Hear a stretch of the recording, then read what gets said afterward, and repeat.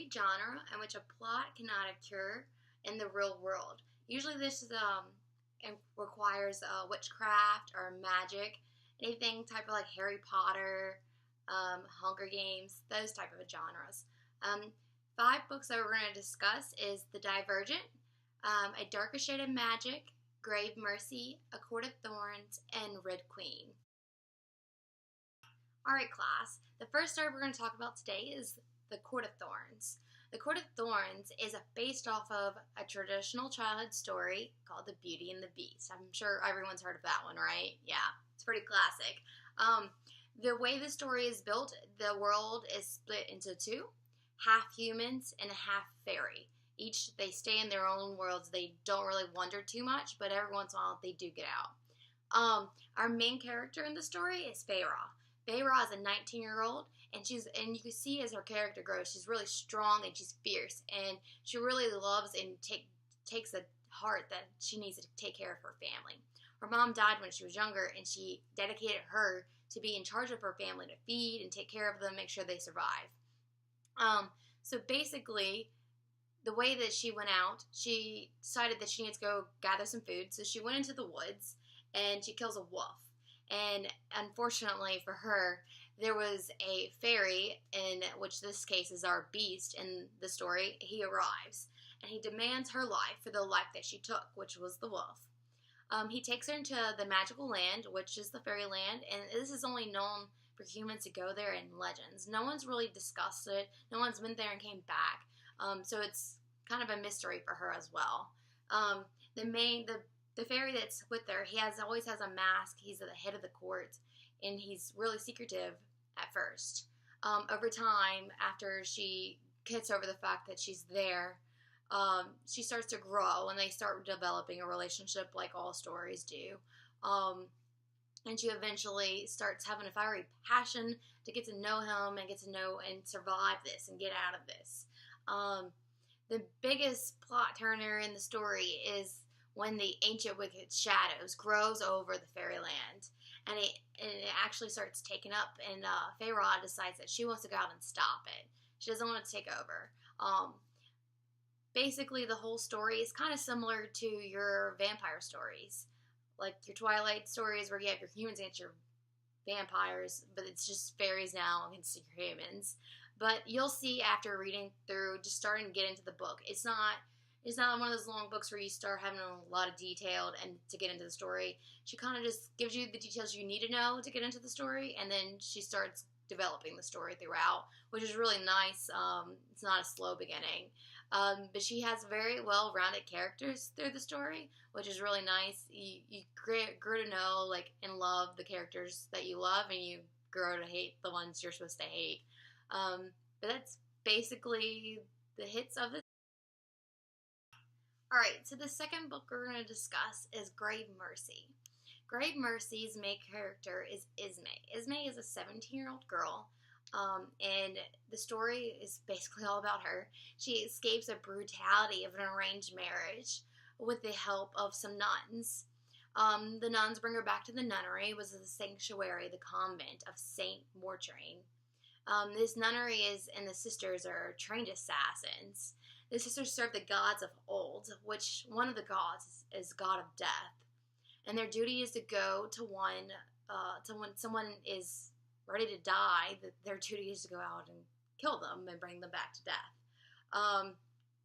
Here she learns, she gets a choice, and she gets to either take the hand, to be a god of death's handmaiden, or she could choose to leave and go back to her arranged marriage. So here she starts training, and she has a blessed with her and dangerous gifts and violent destiny. But while she's training, that's when she learns that she has an immune to poisoning, which is really lucky for her, because when she's training, she has to fight and battle different things and different people. She had to claim her new life. She must destroy the lives of others, which is really, it's a big conflict throughout the entire story. The story has a lot of mystery, but you can't tell who is bad and who's good just right off the top. You really have to dig into the book to get the full picture, and still towards the end, you're still kind of guessing. Were you right? Were you wrong? You just have to keep on reading to really know. Alright, so the next one we're going to talk about is A Darker Shade of Magic. Darker Shade of Magic, it really reminds me of Harry Potter in many, many different times. The way this one's based off of, it's based out of London, and there's 4 different types of London in this story. There's Grey London, Red London, White London, and Black London. Grey London is dirty, it's boring, it lacks magic, and it's ruled by a Mad King George. Red London is where the life is and where a lot of magic is. And then you have White London, which is ruled by whoever has murdered their way to the throne. People are fighting to control magic there. And it's very similar to the next one, which is Black London. Black London is not really spoke of much. It's been destroyed. It's how White London is right now, but it's been past that phase. So White London's on its way to be the next Black London, basically. Your main character here is going to be Kell. Kell is a red traveler. He's a messenger for the royal London family, which he's a part of. And he goes on an adventure. He has this cloak of invisibility, similar to Harry Potter. And he's able to wish his way into the different Londons, which no one else really is too much. So he's able to go in the different Londons and deliver messages and stuff like that. And so in one way he's really mischief and whatnot, is he will take bribes and money for him to bring people back and forth into different places.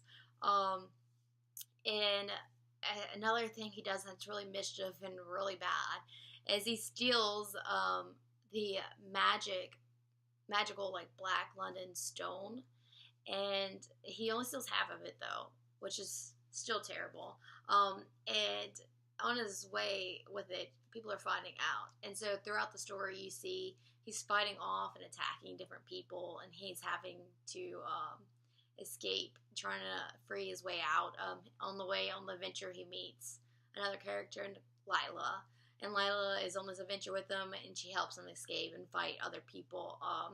And you really see that relationship build out throughout the story, and you see a lot of, this is definitely for your older audience, because it's definitely got a lot of romance in there, and you see a lot of older things like drinking and stuff like that. They do a lot of violence and dangerous things. They set a boat on fire. They get drunk a lot, but that's the basis of this story. Alright, class, so the next book we're going to talk about is Red Queens. Red Queens is the basics of it, is the world is split into 2 types of blood. And so the first one is red blood. This type of person is your poor, your regular low income, low poverty type people, servants, those type of people. Then you have your silver blood. Your silver blood is rich. They're powerful. They all have superpowers. And that's where you get your fantasy from. They're also like your kings, your courts, and those type of people. They run the government. So the story, you have your main character, which is Mare. Mare is the main character. She has 4 siblings. She has 3 brothers, and she has 1 younger sister. Her 3 brothers have been sent off to war, and her younger sister is a talented seamstress, and she's actually the one that provides for her parents with the income that she makes. The whole story plot really has a lot of strong rebellion and portrayal throughout the story. The story starts out when you turn 18, you're sent off to war if you're a red blood. But for the silvers, that's when you take off for your parents and you join the government and that type of thing. So Mare's friend, Kalorn, loses his apprentices to, so he has to be sent off to war, but she vows that she won't let him, and he'll help her escape the army. So Giza, Mare's sister, she helps Mayor smuggle into the protected city by the Silvers, and she is going to help her steal some money to go help her friend buy his freedom. And before she can do that, the city gets overthrown by the Red Bloods, and they do a terrorist attack on the city. As they're trying to sneak out and flee the city, Giza tries to pickpocket from the Silvers, not from the Silvers, from the Reds, and she's caught. And when she is caught, her punishment is crushing her hands. And since she's a seamstress, that's a really bad thing for her and her family, because now they have no one providing for them. So Mare, after they get home safely, luckily. Mare goes out for a walk just to clear her head and stuff, and she sees people gathering outside a tavern, and she decides to try to pickpocket them, and she's caught by this man. And so she goes over the story and tells her what all happened and explains that her sister was the provider of the family and how she has no one. And so the man gives her some coins and sends her on her way. The next morning, Mare wakes up and someone's there to pick her up, and they bring her to the castle, the kingdom. And she's there to be a servant for the royal family. While she's there that evening, she is being a servant for this big event they're having on. And she comes to find out that the man that gave her the coins is actually the crown prince, Cal. And the event is families are bringing in their daughters to try to present them to the prince as his bride. He's trying to choose a bride. So each show their power, and one of them, Evangeline, was showing her powers and her ability to control minds, and she manipulates the spectral boxes and so that Mare falls into the arena. And Mare actually takes the energy from within her body, and she uses it to escape Evangeline's attack. And Mare tries to flee the castle, because, Red Bloods are not supposed to have any type of powers to be able to escape that. And so but when she runs out, Prince Cal stops her. And he, of course, just like any other fairy tale movie, he falls in love with her, even though he's not supposed to. So his parents obviously don't want that. And so they start telling people that Mare is half silver blood, because she's half their child. And so they start claiming her as the daughter. And Mare agrees to that because her bargain deal was that her brothers get to come home from war, which eventually she finds out that one of them was killed in war, but the other two were home safely.